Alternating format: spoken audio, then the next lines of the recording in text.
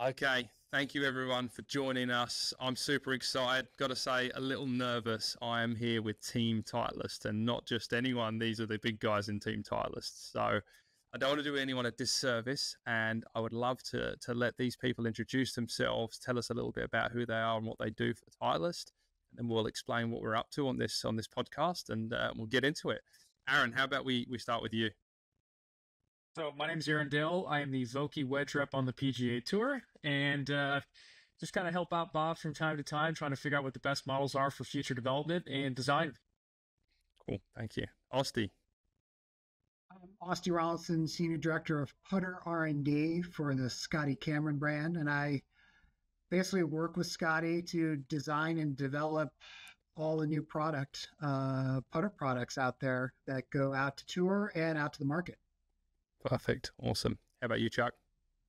Chuck Golden, Club R&D, and we design, develop, and do all the research and advanced innovation for metals, irons, wedges, a little bit of putters with Austie, and yeah, a lot of fun things going on, a lot of cool products to talk about.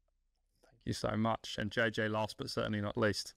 Yeah, I'm JJ Van Wezenbeeck. I'm Director of Player Promotions and Aaron's travel buddy out on the PGA Tour each week. And then we go and make the impossible ask to Chuck and his team to make the best product even better in the future and push his team to get us the next great thing. Awesome. Well, as everyone sees there, this is about the best group of minds that we've got from Titleist. So I really appreciate you all being with us. Thank you so much for joining us for however long this goes. I promise I won't make it last all day. So I just want to give a little bit of background of what we're up to for everyone out there. So it's a weird time of year, right? People know that products come out for the most part early in the season, January, February time, I guess, mainly for regular season, golf season.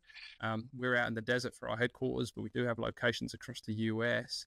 And Titleist is one of those great companies where you kind of have a 2-year cycle for most things, which is really appreciated from our independent fitting standpoint. And you're pretty much wrapped up for all of your club releases for this year. So it's a really great time for us to overview what you've got, really dive into the weeds on any technology. And I know JJ has at least one cool tool story for us to wrap this thing up. So I encourage everyone to hang in there and wait for that little nugget at the end of this.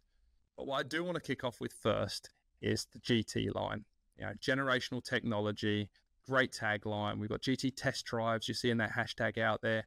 Let's look at that product as a start point, as the last place we've just seen Titleist in the mainstream media, and tell us a little bit about where it came from, the technology that's involved in it, and where it's kind of going. I think that's I don't want to push it. I think that's on Chuck and JJ. Kind of pick all your poison. Sure. I'll set the table and JJ can finish it up. But yeah, generational technology. I mean, this driver is the fastest, most stable driver that we've ever made. So much so that we had to break out of an all titanium construction to do the things we wanted to do in terms of performance. An all titanium construction could not cut it. So we had to go to a proprietary matrix polymer along the crown, around the heel and toe, to provide us with enough mass savings to do all the things we wanted to do. The club had to be faster. The club had to have really good stability. And the club has to have really good launch and spin consistency all over the face. And I think Stephanie and her team on the metal side really delivered that. Yeah, we've seen some incredible results. I mean, Titleist has been one of our best-selling drivers for many years now, since really the TS project, I believe. And moving into this GT, which is kind of the first one in the last few years that's moved away from that TS nomenclature, it was kind of a bit of a shock, right? Like, what's coming here? We've got great product. It's always scary when new releases come out, and seeing you guys use the material, right? That sounds like metal. It's got that Titleist feel about it. The look still looks like traditional Titleist, but we're seeing these massive gains in terms of aero and chains of CG. We're lucky to have Dr. Tom Mace on board. When he measured the CG, he kind of had this quizzical look, because we've seen others in the industry take a completely different stance to what Titleist did. So we were kind of a bit nervous about our results, but then we obviously saw the story and the tech from you guys, and it matched up right now. CG is going forward and lower in the face. So can you maybe touch on a little bit about why that started, and then maybe chicken and egg? Was it the material that came first, or the decision to move CG that came first to force that material change? It's a good question. It's always with us. It's always performance first, and so really what you had is you had the Steve Ogg, our aerodynamicist, was navigating toward a more aggressive aerodynamic shape. The problem is the lever he was pulling was kind of in the opposite direction of what our club designers wanted to go. So there was a little bit of a push and pull between aerodynamics and our mass properties, right? To your point. And so we could not get the shape that our aerodynamicist wanted and still have really good CG MOI properties in an all titanium construction. So the material was more of the solution to this performance problem. How could we get faster than TSR, but still maintain our stability and have really good spin to launch ratio? All titanium wasn't going to do it. So now this new proprietary matrix polymer plus our new construction allowed the aerodynamicist and the designer to get along.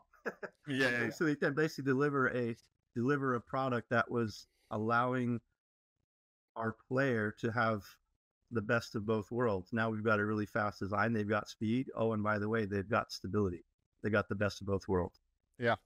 And I don't want to push too hard here, but with that whole MOI story, obviously, like I said, we've seen people go the other direction. How important is it? I mean, within your matrix, right? The CG changes, the MOI changes from 2 through to 4, right? And even within 4 itself, with that weight swapping around, how do you decide on where to pitch them? Can you give me like an idea of like, why does the MOI change X amount from 2 to 3 and X amount from 3 to 4? Sure. The answer to that question kind of hinges upon who the product is for a little bit, right? Because we're talking about performance, and each product has performance for a specific player. So if we start with the 2 is really a model that's designed for the person that has a little bit more, let's say, face impact distribution, a little wider face impact distribution around the face, and so they need a little more stability, right? So the 2 is going to have more MOI, right, for that player.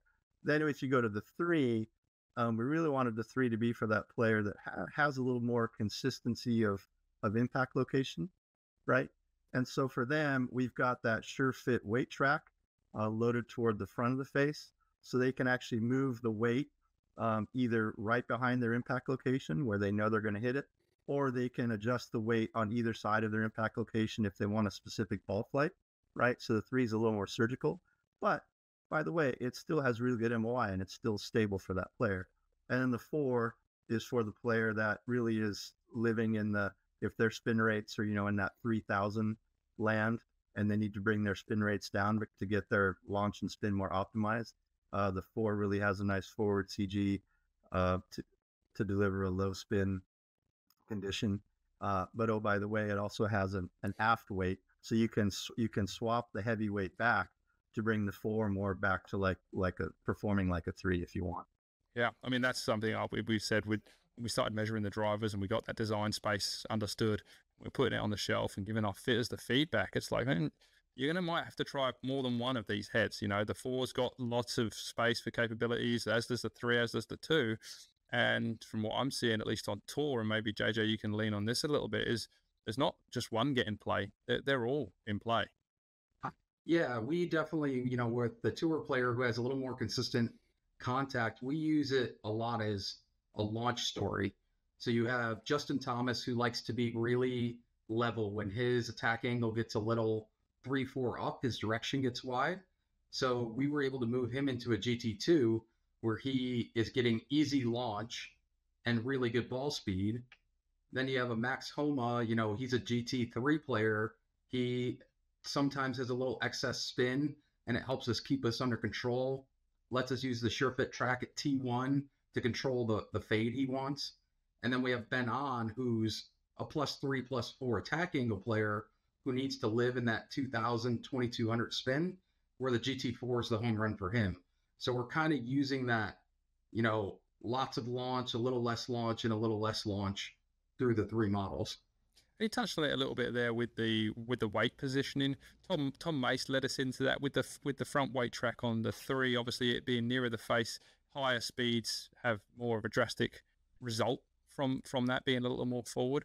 But you've also got the sure fit hosel in there. Like when you're dialing these guys in, are you kind of doing it more with, I say, you know, tour product where you're measuring face angles behind the scenes, or are you really dialing in the sleeve and the weights to get it right in that moment?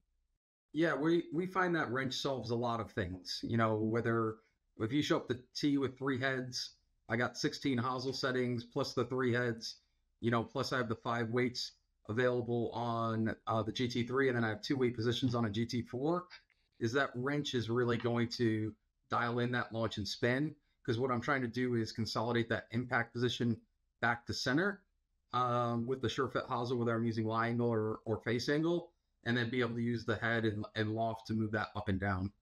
Yeah, I'm going to put you on the spot here, and you maybe have an answer, maybe you don't. With those sure fit hosels, is there like a more consistent that you see out there on tour? Are the players more in flat because they're trying to shallow the shaft more, or vice versa? Or is there anything you see as more consistent? Yeah, I think that's what we do a really good job communicating to Chuck's team over the years and making sure that we have room up and down. The interesting part is kind of how swing instructors change is how we change. I think, you know, 10 years ago, we were living in the flat setting, and now there's a little bit more vertical shaft plane. There's a little bit more coverage. You know, we're seeing less 7-degree drivers and more 10-degree drivers, and we're seeing more players in A2, B2 versus C1, which we would have saw 10 years ago. So we're kind of making sure that we're fitting in the spot where modern instruction is and what those players are swinging like. That's awesome. I mean, it's great you've got all those options. I mean, I love just having that matrix there. Having one sleeve for both dexterities is a huge win. I just think that's an all round, and being consistent over the years. You haven't changed it a lot for a while now, so I love all that stuff. Let's not sleep on the fairway woods, right? You know, I have to, you know, Titleist product, you release a driver, there is hype. I mean, any product there's hype, but let's just go backwards a little bit. And you know, generational technology wasn't just drivers, it was fairway woods too. Maybe Chuck, we can pass this back to you. Tell us a little bit about how these evolved from the last TSR line. Sure. I think when you talk about the fairway woods and the driver both, you have to talk about the feedback loop that we have and the relationship we have with JJ and Aaron on tour. A lot of the feedback that they give us, and to your point, the 2-year design cycles we have, 2-year design cycles give us a chance to listen. You know, in R&D, we need a chance to listen. If you have engineers designing in a bubble, that's a bad thing, right? So we get really good feedback from JJ and Aaron, in particular on the fairway woods. The feedback we got was the challenge is really to make sure that your turf shot is consistent as a tee shot, right? So if you're hitting dead center face, you should be getting a spin to launch ratio that's pretty commensurate with what's happening when you hit it off the turf. And so a couple things that we had to do. We had to make an L cup face design. We took the weld off the bottom of the face and put it around on the bottom of the sole. That allowed us to thin the impact location. For a turf impact location, it's a little thinner face down there by the leading edge, right? So it's a little more active down there. We use the proprietary matrix polymer crown to lower the center of gravity. Again, putting the CG down where people need it so that they're getting the same ball speed center versus a turf shot. And then finally, a lot of feedback we get from tour is how the fairway wood frames the ball at address with on the ground. And so there are some, it seems like subtle design changes to the leading edge and how the leading edge blends into that hosel area.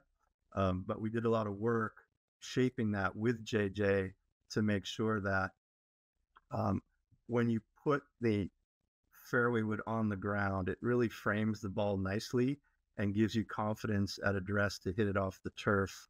It's not this sort of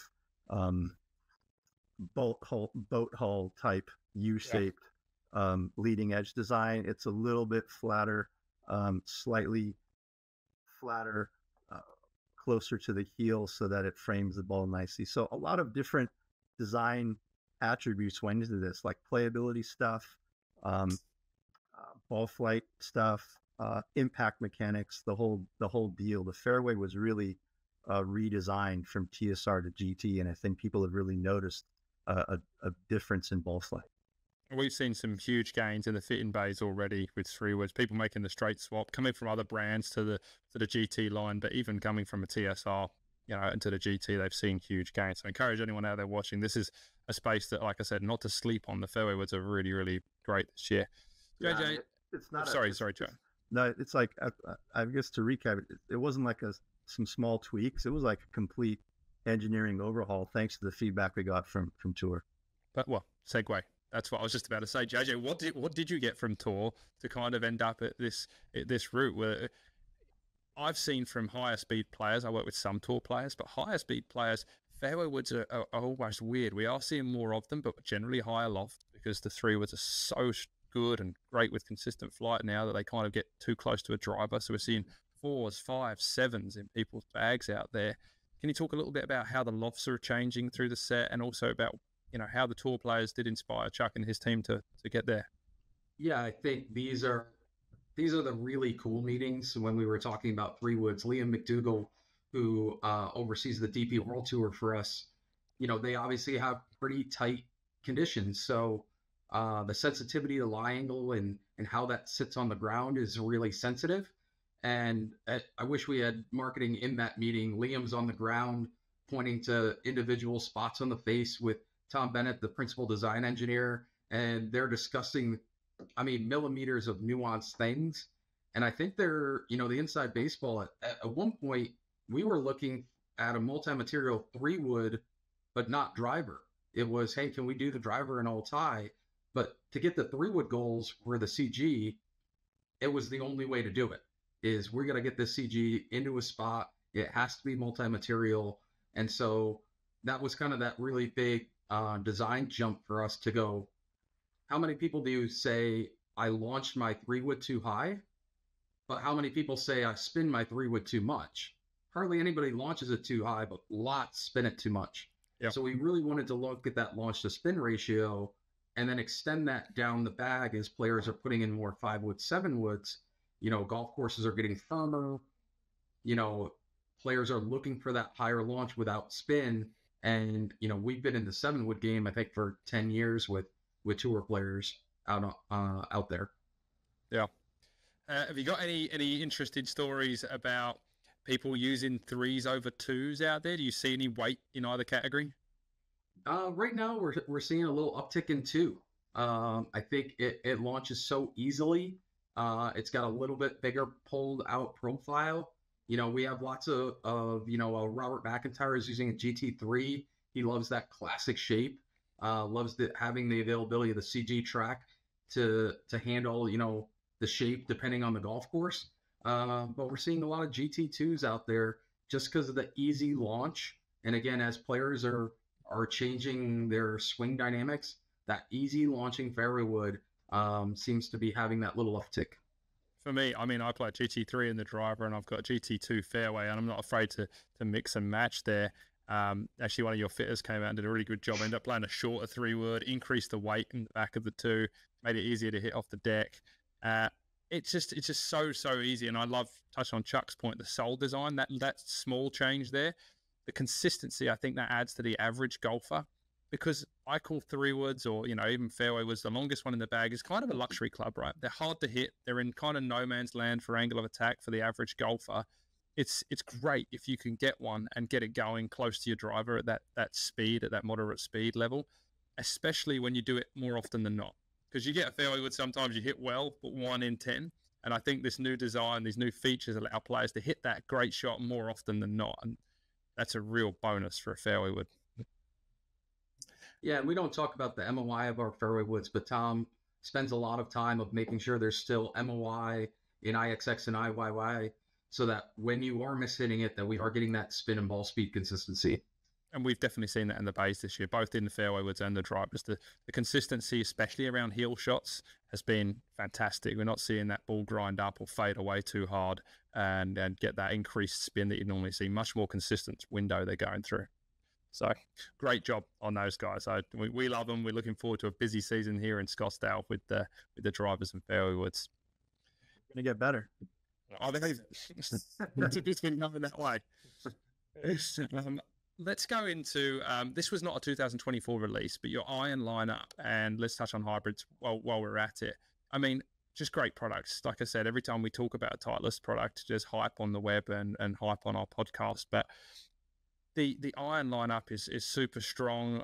Chuck, maybe this is on you again. Just touch on briefly that iron design and how those numbers and even to MB and CB kind of relate to each other, a little bit on the player styles. And then JJ, if you can offer some tour feedback about, who's playing what and why, that'd be awesome.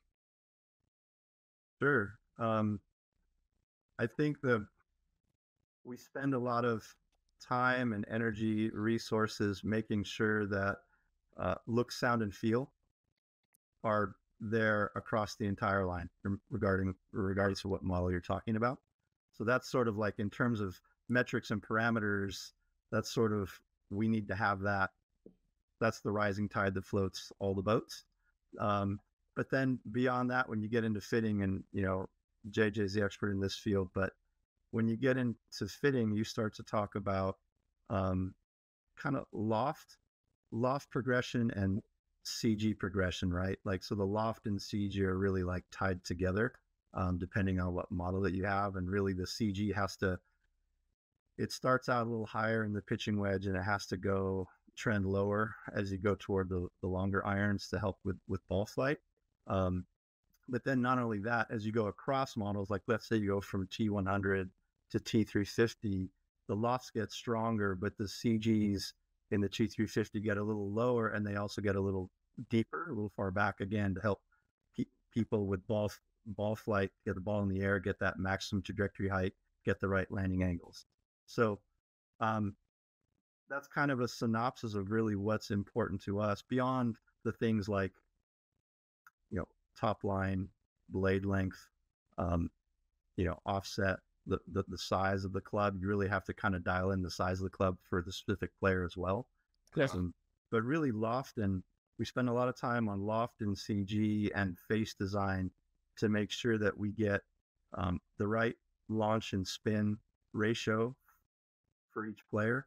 And then also we really want to make sure that the inertia is there, the stability is there, so that people are getting, again, I brought this up earlier, but really it's about consistency of launch conditions across the face, because you really try, when you're talking about irons, it's a little bit of a different story.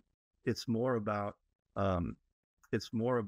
precision and hitting the number and making sure your gapping distances are consistent across the whole line. So with irons, we spend a lot of time dialing in the lofts, dialing in the center of gravity, and really dialing in the inertia and face design to make sure that we're really getting same speed, launch, and spin across the face. Yeah. But fitting, I'm going to leave that to the experts. Excellent. Well, JJ, I'd be interested to see, like, are those the conversations you're having on tour, or I can imagine it maybe being more about the turf interaction or the ball fly or the feel, or where does it go out there? Yeah, I think that's, how do you make a better 7-iron? And then for a tour player, it's not 5 yards longer. It's how do I make it go the same height, spin, speed, distance more often, out of more lies, out of different conditions. And so that's where we're always pushing Chuck's team. And if you look at our iron lineup, there's at least a loft of every one of our irons in play on tour. I mean, we have Will Zalatoris T150s and a 353 iron. So our aesthetics, our feel are important in the entire lineup. I mean, Ben On uses a U505 1 iron instead of a 3-wood that we found him 2 years ago in Tampa working with Sean Foley, and said, we can't really hit a 3-wood, and brought out a U505 1 iron, and Sean calls it his weapon now, because, it's just a smooth 260 carry. with a 1-iron, but we really want to push Chuck's team for that feedback, that look throughout the lineup, and how do we get consistency. I like to steal from Aaron as much as humanly possible. So, when we look at sole designs, we're tapping him on the shoulder and say, hey, what are you seeing with your 46 and 48? How do we integrate that into a T series lineup? How do we look at not just bounce, but sole geometry? We got to look at the heel, the center, and the toe differently. In a fitting bay or a fitting scenario, we're often on a flat surface. When we get on the golf course, the ground's moving. And so we try to make sure we're not just fitting on a launch monitor, but we're fitting that player on the 72nd hole, hanging lie, that they can trust their equipment. And a bit of a generic question here is, obviously you've got pretty much an iron that covers every base, right? You go from MB through to T400 effectively. So you've got every size and shape covered. What are you seeing out there on tour in terms of the desire to play the blade and the consistency of a blade or a smaller cavity versus jumping into that first T series iron? And is there any difference there, or are you just seeing real preference? Yeah, I think the beauty on the PGA Tour is we have the availability of statistics. So I can look at your proximity from different distances, and I can find holes in that scenario and say, hey, you're trending up from 150 to 175, but 175 to 225, we're dropping off. So now I don't think it's swing. Now we got to talk about your equipment. And you look at last week's winner, Pat Gazire, T200 long irons, then he goes to a T1, then he goes to a CB, then he goes to MB. He's playing 4 models so that we don't have to jury rig the shaft. He wants to play an X100. He likes how that feels. He likes how that puts a swing with his coach, Justin Parsons. But now we're using 4 models to just creep the height. Yeah, create the ball speed ups. That's our philosophy here at Cool Clubs, right? And I say the shaft is almost a constant. In some cases, I do understand why you might flight a set, but if you keep that shaft the same, the player's delivery should feel the same, and you just change the block on the end to do the hard work for you. That's awesome, and that's what Titleist offers with all those options, the blending. We've seen guys here, fitters here, do the same thing, have a blend, not going all the way down to CBMB, but blending more of the T series models up the top there. It's such a good. We've joked with Max Homa that he'll always keep a blade 9-iron so he can be a blade player. So as the T100 moves down the bag, we'll keep that in the bag for him. Let's touch on blending as well. We've got a hybrid story. It's not a new hybrid story. There's obviously that to come. I'm sure people know what's to come in the future there. But hybrids, and irons blending, and there's a weird transition. Obviously, it's like kind of, do you go from 7-wood, or do I go for a high lofted hybrid, or am I still playing my 4-iron or 3-iron? So just maybe touch on the design features of why you might pick those, and maybe a little bit from JJ again on the tour of that as well. Sure. So for everybody, for every person, everybody's different. There's going to be an inflection point, really, where their yardage gaps start to get smaller in the longer irons. You know what I'm saying? Yeah. Everyone has consistent yardage gaps in their shorter irons and mid irons, but at some point those yardage gaps start to compress, right? And it's at that point where you can start to blend sets, to JJ's point, right? You might go from an MB to a T100, or you might go from a T200 to a T350. Whatever the player needs to maintain those yardage gaps, that's the right thing to do. But in some cases, the player's speeds might be moderate enough or slow enough that a T350 chassis, or a T350 chassis or a driving iron or something like that might not be enough to get them the distance and the height and the landing angle that they want in their longer irons. So at that point, to your point, Jack, you got to go to a hybrid, and in that case, or a 7-wood, whatever the case may be. And in that case, we're really talking about a little more inertia, right? A little more stability and a little more CG depth, right? A little more CG depth and a lower CG again will help get the ball in the air, give that player enough spin to hit the right distance, the right trajectory height, and the right angle of descent to give them the proper stopping power. So that's the beauty of fitting, is that not everyone has the same inflection point, right? And so that's why people need to go get fit to make sure that there really is an optimization story here. There's so many different products that are available to the player to help them play better golf. It might not be one set. It's probably a blended set. It might be a blended set with some hybrids. You know, maybe you have to give up a 4-iron and go to a hybrid, right? So, anyway, from a design standpoint, that's really what we're looking at, is preserving those yardage gaps. Yeah, and JJ, thank you for that, Chuck. And JJ, the point on tour is, like, do we see many hybrids? I mean, I remember back in the day they kind of come in and out a little bit. Are we still seeing that on tour, or are people, you know, tended to be more in the 7-wood line, or still more in the, like you were talking about, chunkier 350 chassis line? Yeah, it's definitely declined a little bit. You know, part of the results of a GT2 7-wood, you know, as we've lowered spin on that, and it's not just this spinny 7-wood, it's a high launching, you know, controlled spin 7-wood. But there's still players like, you know, Webb Simpson. He's a hybrid guy. His last iron is a 6. And then he goes hybrid 5-wood 3-wood driver. And so we built his hybrid to be kind of a 4/5 iron, and then we built his next one to be a 3/4 iron, and then moves to the 5-wood. You know, we just have these opportunities, and marketing probably hates us, but the fitters love us. You know, pick your last iron. Once we start losing peak height, once we start losing ball speed gaps, all right, I need ball speed to go up. I need launch or spin to go up to create the next gap. Okay, now I have, you know, hollow irons. I have utility build irons. I have hybrids. I have high lofted fairway woods. There's a reason when we look at the Titleist lineup why we have so many clubs in that area. And it's not to confuse players. It's because each player has a different solution, and we need to make the offerings in that group to get fitters like yourself the best opportunity for that player to have the best mix to create the ball speed gaps and create the peak heights and the descent angles we need. Yeah, it's so huge for the average golfer. I say moderate speed or average. I don't mean that derogatory term. I just mean people that aren't finding the middle all the time or creating that power they need to get ball fly out of a long iron.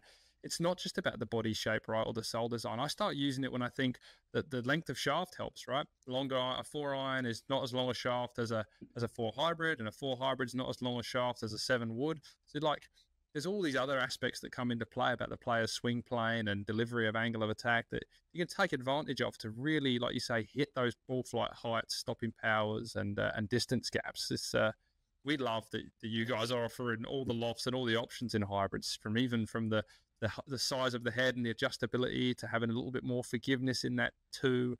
And then you'll still find people that want to play those 4 irons, and they got the speed there to do it. But I highly encourage anyone, you know, come and do the long game fit in, because that's what we dig into, is that moment when things start to get a little tough and all the clubs start doing the same thing, making sure that when you pull one out of the bag, you know what it's going to do, and it's going to do the thing that you need it to. I know I've got Austie and Aaron here. They've just been patiently waiting. So I really appreciate you guys. And Austie, I'm saving you for last. But Aaron, we're working down the bag. We've gotten great drivers, fairways, irons, hybrids, and now we're at the pointy end, even more precision than the irons. And Vokey's has been a staple in the industry, and I'm sure always will be. And you're at the forefront of that project. I got a few questions. We've got bounces and grinds and loft options, but let's start with, you know, where SM10 is at, you know, how it come from SM9, maybe a little bit on the technology, and then dive into how you get those grinds. How do you even get a start point of how that club's got to go through the turf? So SM10 is really our best work, and it starts with the tour. It starts with working with the other members on this call, just to streamline and work together and find different ways to align our products. But we're focused on the key main things. We're looking for shot versatility. We're making sure that the feels and looks are right. We're looking for spin control, trajectory control, and we're just putting all those different elements into a package that looks like a classic Vokey product. We know that over the years of working with the best players in the world down to beginning players, visuals are really important. We want to make sure that our product looks the best. We also want to create options and grinds that allow players all over the globe to have a wedge that fits those conditions, that fits their technique, the things they do, the things they want to do, and more importantly, find ways to make bad shots better shots. And so SM10 is really that combination of all those great things, the technical things that you want, and the Vokey looks, that classic look and foundation that we've worked so hard on over the last 20 plus years. Let's just touch on maybe the real technical stuff first, and then we'll kind of get down to the more tangible things that real golfers out there see. But like CG location in a wedge, right? Titleist have, over the years, you've talked about this story about changing that position of where that is. How does that work in the SM10 line in terms of maybe progression through gap wedges, pitching wedges through to your lob? So progressive CG is an important thing for us. It allows us to not only hit ball speed tolerances or ball speeds that we know are important, but we're also trying to work on trajectory. So we know that the 46 or 52 is an extension of the iron team's work. We want to work alongside them to make sure that we're getting the ball speeds we need to get the proper distances. So, 10 to 15 yards between those as you're getting fit. And then as you start to add loft to the wedge, we're going to start to see the ball do some funny things from time to time. It's an oblique strike. So you might see some flight a little higher. When that happens, we see some spin come down. We see some inconsistent carry numbers. And so we're working on positioning weight further up the face to make sure that we can keep those launch angles where we want them to be, so spin and carry is more consistent. Kevin Tassistro and our team, they've done a great job of identifying where those positions are. We know that 46 or 52 is slightly lower behind the hit location. And as you start to add loft to the wedge, that CG is going to start to move up the face so that we can keep the ball flight down and the spin up. Awesome. I mean, that there, I don't know if the average golfer even thinks about it. It's a wedge. It's a bit of smashed metal together, and it looks pretty simple, but there is more going on, which is awesome. Now, more tangible is you're walking into a store or you're going into a fit-in, and you have got every letter under the alphabet as an option almost in terms of grind, right? It's like, where do we start with this? Can you shed a bit of light, on the letter, the nomenclature, and the whys? Yeah, so I'll start by saying that it can be a bit confusing. When you go to a golf retailer, you get fit, there's a lot of options. And it's hard to know truly which ones are best for you. That's why we always talk about the importance of fittings, why you should get fit, how it helps your game, what you learn. That doesn't just exist in my world. That exists in JJ's world with irons and metal woods and all the stuff that he's doing with the development team. It's really important. It's why we talk about it every single day. And for us, we try to create a matrix of 25 offerings in SM10 that give you the best of everything. And if you look at our 6 grinds that we offer, they're all very different. And that's intentional. We want to make sure that those grinds have their own specific purpose, that they have their own strengths and weaknesses, giving players anywhere the ability to find something that fits them, their technique, their errors, their strengths. We need to make sure that our matrix is pretty broad for that reason. And so when you look at our 6 different grinds, they all offer something special and unique. The T grind is our lowest bounce option at 4 degrees. That's in 58 and 60. And that's going to give you max versatility. You're going to have a little bit of bounce up front, but it's really about getting you through those firmer conditions, giving you more shots around the greens where height's really important. And then as you get into the M grind, that's another step up at 8 degrees of bounce. That's offered in 54 through 62. And that's really, in my opinion, kind of that perfect balance of I want some forgiveness, I want some versatility. You've got bounce on the square face shots, but you do have some polishing in the back to give you some versatility greenside and allow you to create height when you need it. S grind, more forward bounce for a steeper player with a ribbon on the back. That's at 10 degrees, and that's offered in 54 through 60. And then we start getting into some of the higher bounce options like the D. That's at 12 degrees, and you can get that in 54 through 60 as well. And that's really for players in softer conditions that need some forward bounce. They also, as they open up the face, it's still a little soft. Maybe there's more sand in the bunkers. That's a great option for those players. And then the K, which is, something we say often is the ultimate bunker club. While we know it works great in the bunkers, we don't want people to think that it's the only thing it does well. It is a great option for softer conditions, but it is one of those clubs that has tremendous strength in sandy environments. So when we look at our lineup as a whole, we try and find gaps in places where we can make improvements. And I think when you look at SM10 as a whole and you look at the options and the grinds we offer, it does cover pretty much everything you'd experience anywhere on the globe at any golf course. It's incredible. I mean, I like I said with the drivers, I'm all kind of afraid every time a new SM comes out because it's like, oh man, I love my SMs already. I don't want to change. Like, you need to change wedges because of grooves and those kind of things anyway. It's always great to see the new wedge that comes out. Haven't been disappointed to date, so I have no fear for the future. But I actually went to the tee this year. I've moved in Arizona for about the last 4 years now.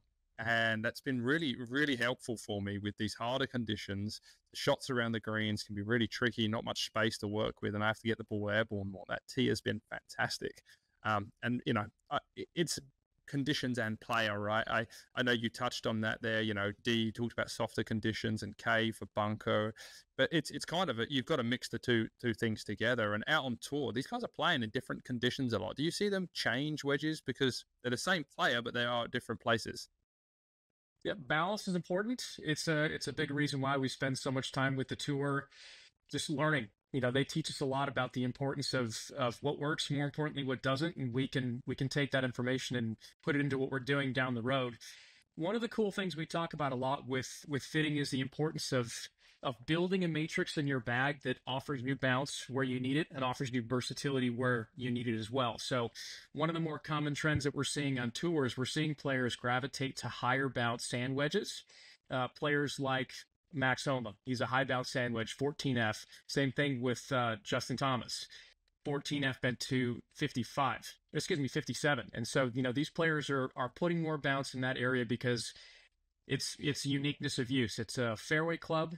It's also an into the grain Bermuda club. It's a long bunker shot club. So they want to have that perfect balance. But once they go greenside and they need to have versatility, that's where you start to see those players gravitate to thinner soles or lower bounce options to give them the ability to pull off some of the glory shots that you have to do under tremendous pressure.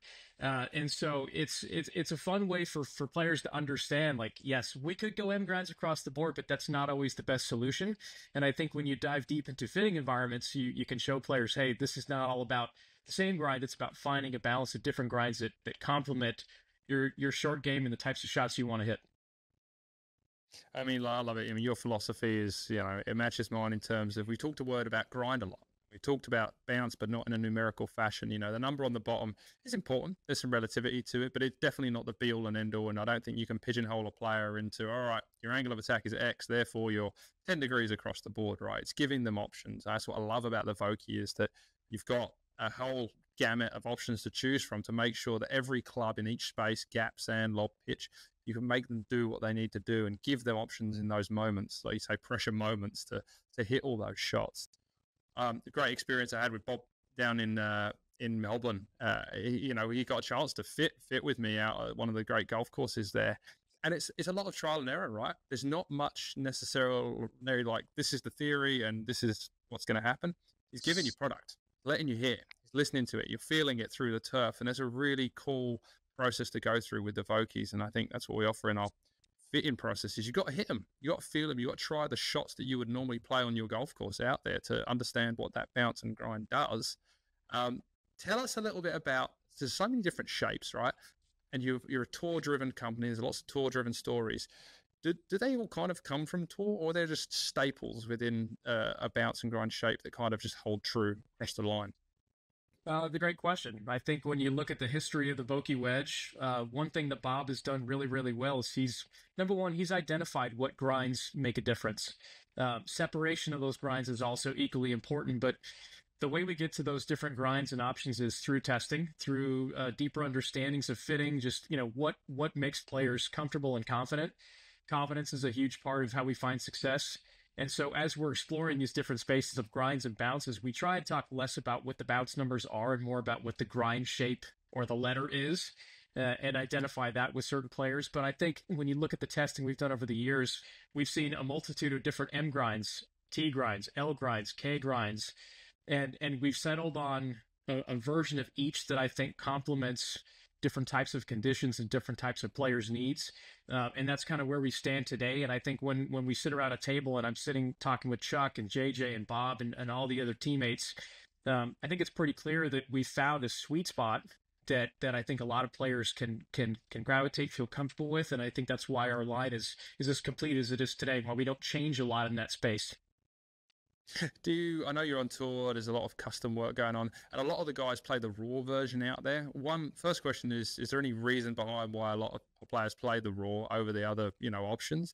And two is, how many like real custom one-offs are you doing out there? Are a lot of players using what's offered on, you know, for the mainstream? Well, raw's the cool finish. Everybody loves raw. Now, to be honest, raw started a long time ago, and I think the biggest reason why raw was so popular was it gave us the ability to polish, grind, and shape on this whole body of raw 8620 steel, and we wouldn't see rust in just one location. It would just oxidize and patina over time equally across the surface. And that's why we still do it today. One of the things that I love sharing with our tour players and with better players around the globe is raw is fun because not only can we polish on it, but I always talk about the importance of how well we polish. And when you look at golf clubs as a whole, I think that's one thing that our team does, I think, better than anybody. I'm a little biased, of course, but our wedges to our irons to our metalwoods to our putters, I don't think you'll ever find a better, more balanced shape and profile and grinds and just the consistency of those things than you will our catalog of clubs, because I think we understand the importance of it, but we push our teams even harder and further to make sure that the quality of each one is as good as you can get. Well, you're in a bit of a pressure situation, right? You've got this cult following behind Titleist. You can't let anyone down now. It's awesome. I love the wedge setup. Thank you so much. And actually, I know I hope you're still there and you haven't fallen asleep on us. And we're saving some good stuff in the putters here. But thank you for hanging around. It's been Phantom released, right, this year. I'd love for you to talk about how you come to the design of Phantom. This is a mallet style putter. I think the word Scotty Cameron jumps out at people, and maybe you picture Tigers, putters of old, all these great players that have played blades, but this is not necessarily the bulk of putters nowadays, especially in the mainstream.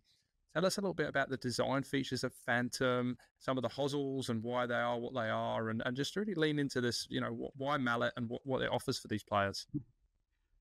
Well, sure. And so I think, where you start with a mallet, it starts with the conversation that I had with Scotty shortly after I arrived a couple of years ago. So he really wanted to focus on mallet because we've seen a shift for what players on tour want to play with. It used to be, 70-30, creeping up to 60-40 mallets. Now it's about 50-50. Sometimes it leans a little more mallet. So we really want to put a focus on it. And Scotty's done a great job kind of getting putters to players that are going to help them putt better. And so we started there with the Phantom line. So the Phantom X5 was very popular for us. So we knew that one was going to cross over. Phantom 7, X7, we're seeing some increased play with kind of the Fang style designs. But the 9 and 11 is where we really had a good departure in the mallet line. And it really comes down to alignment in all of them. That's where mallets are really going to give these players something that some didn't know they need, but really love it when they see it on there. So the Phantom 9 and 11 are departure where they have a solid crown from face to back to be able to get alignment lines from the leading edge all the way to the trailing edge. So the 9 and 11, we have that. 5 and 7 are a little different, and they have distinct top lines on them. So that you're going to get a top line like you would on a Newport 2. So they're great models for those players that are transitioning from a blade into a mallet. And we see that a lot happening. We see players just bouncing back and forth as well. Week to week, they want to see something a little different, feel something a little different. And so the 5 and the 7 have that distinct top line, very subtle alignment on it with the 3 dots. The 7 has the tracer lines on it. And then the 9 and 11 have kind of bolder lines on those to help with alignment. But the other thing we did on the Phantom design that Scotty really wanted to kind of treat the whole shape as an alignment device. And so you'll see these angled chamfers off the top line of all 4 of the main models. And that's really to help to kind of form an arrow that points you down the line to really make the whole putter aim you in the right direction. And where that face is pointing is key to making putts. Yeah, sure. I mean, that's your start point, right? If you're aiming it out the window, you haven't got much chance of getting it in the door. It's the key point. Do you have any insider stories or insight into, what might be better for certain players in terms of lines or top line? Well, I think there's working with Paul Vazaka, who's our director of tour and fitting, works a lot with JJ out there to have the reps fit players in the right. And that's where a lot of these alignment alignment features came to us from is directly from tour. And so, you know, there's some players that, you know, really don't like to have a lot of lines on it. Sometimes their eye doesn't see that pointed in the right direction because the eyes they change from day to day. They're organs like anything else. And so having just the indication of where the center is with those dots that don't really make it a line really help players to know visually kind of that's the center of the putter, and then let the shape of the putter do the rest of the work, or that top line do the rest of the work. And so Yeah. no distinct anecdotes there. There's some with players that we can't talk about, but let's just say that a lot of those alignment features, a lot of the alignment lines come directly influenced from working with players. Yeah. And, you know, there's a bigger story, and I say big, no pun intended, right? It's just the size of a Phantom over a Blade or a Newport style is a lot to do with it, right? You get a little more forgiveness from that bigger shape.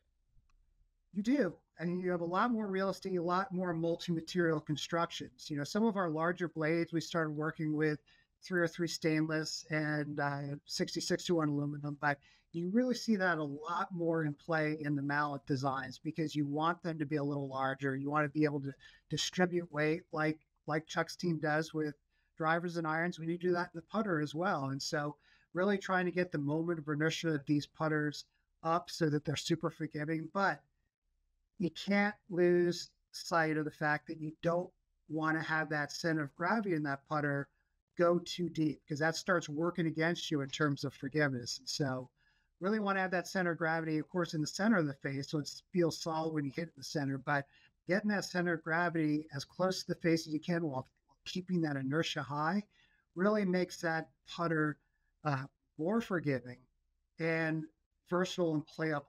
You get too deep, it becomes harder to release, and you really need that putter to release, especially the better players when they're playing, to get a good feel, a good face awareness. And that's so hosels come into play, different hosels too.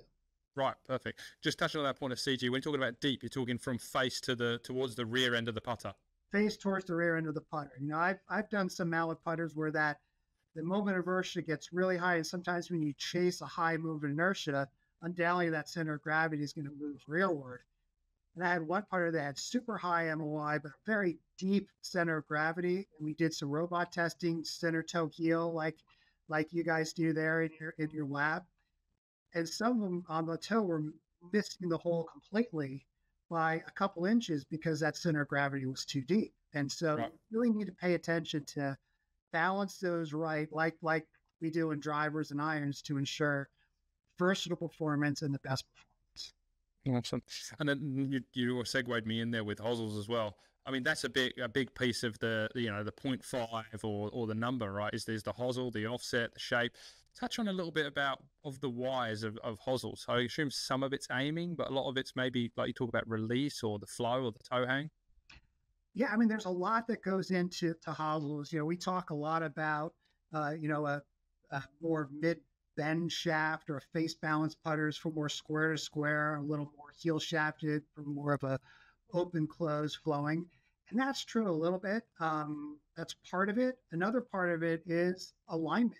You know, some players just don't like to see a bent shaft. They'll line up a 0.5 neck a lot easier.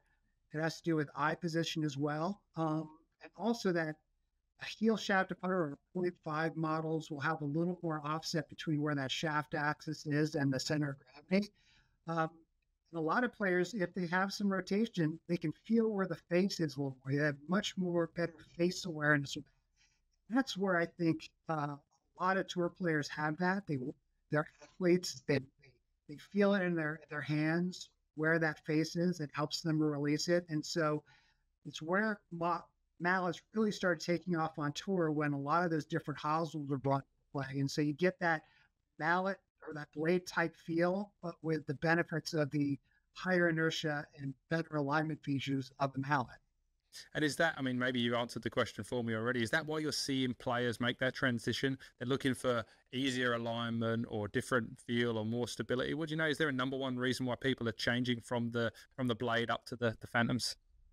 I think it has to do with alignment for sure. I think it's all looking for a little more forgiveness. I think players have seen where, I mean, 20 years ago, doing drivers, a lot of tour players didn't want to go to a 460 driver because they felt they didn't need that forgiveness. They're professionals, but they quickly went there once they had it and they saw the benefits. They could swing harder at it and have more forgiveness. I think they're seeing that same benefit in putters. Is that, not only just consistency of ball speed, but consistency of feel as well that they're getting. That they don't have to be as precise to get that same great performance. It takes some pressure off of them, whether it's mental or actual. It's all good. Yeah, it's a great point. Bringing it back to the driver story there, and average golfers out there, again, I use that terminology, but we're out there warriors. We're trying to enjoy this game, right? And we want to make it easy, and that's what club fitting's about. It's about getting clubs that make the game enjoyable and as good as you can play out on the golf course. And these bigger style putters, there's nothing to be afraid of. It's so important to go and get fit for every piece like that. And I really appreciate you all spending nearly an hour almost on the dot with us here and diving into that. And JJ has been hanging in I know he's got this story to tell us, and he's going to give us a little golden nugget of a tour fitting story if you've got one, JJ. Yeah, I kind of was deciding where to go. I think Brian Harmon's probably one of my favorites. Brian Harmon was a TSI2 user, champion golfer of the year. Really wasn't interested in seeing the GT lineup, and we kind of discussed some of the options and what would it bring to the table, and it was a ball speed jump like we hadn't really seen, going from a TSI2 to the GT2 to the point that over the coming days after his fitting, I started to get PR numbers. I touched 176 today. 2 days later, I touched 178 today. And it was really cool being able to utilize the GT2 chassis, sure fit hosel, our CG weight in the back to get the CG really nice and deep for him, where now his first event, he was top 5 in strokes gained off the tee, coming from a player who had kind of averaged 167, 168, going, I don't have to hit it 178. This thing's really, really straight. And it's just free speed. But I also, if I need to carry that bunker, I know I have it. The aerodynamics, this thing just wants to move. So we were able to use the hosel, the CG weight, and then all the properties that are built into the head to get these really cool ball speeds in really great directions. I love it. I mean, that really makes it all pay off for all of you as a team, right? You put all the hard yards in, you do all the work, and you create these great products. And if someone's holding back, you just want to see them get the result. And obviously, getting them into the new product is great, but getting those messages, breaking the records is the icing on the cake. That's awesome. For sure. Thank you so much. I can't overstate. You made me feel comfortable, which is great. I was a bit nervous about this, but hopefully everyone's enjoyed all of the Titleist product. All of the products we talked about today, they're in cool clubs locations. We're here to support you. You come into us, feel comfortable, get fit for the products. Our guys know every detail. We're robot testing them. We've got people who are on the call right now supporting us with the best information and best fitting information to provide you with during your sessions. So I really encourage you to come in, check out all of Titleist's lineup this year. There's obviously more to come as the new season comes in, but right now we are ready to fit you. So thank you so much. We look forward to you for the next time, and I really appreciate your time today, guys. Thanks, Jack. Well, Thanks, Jack. Thank you. Thank you.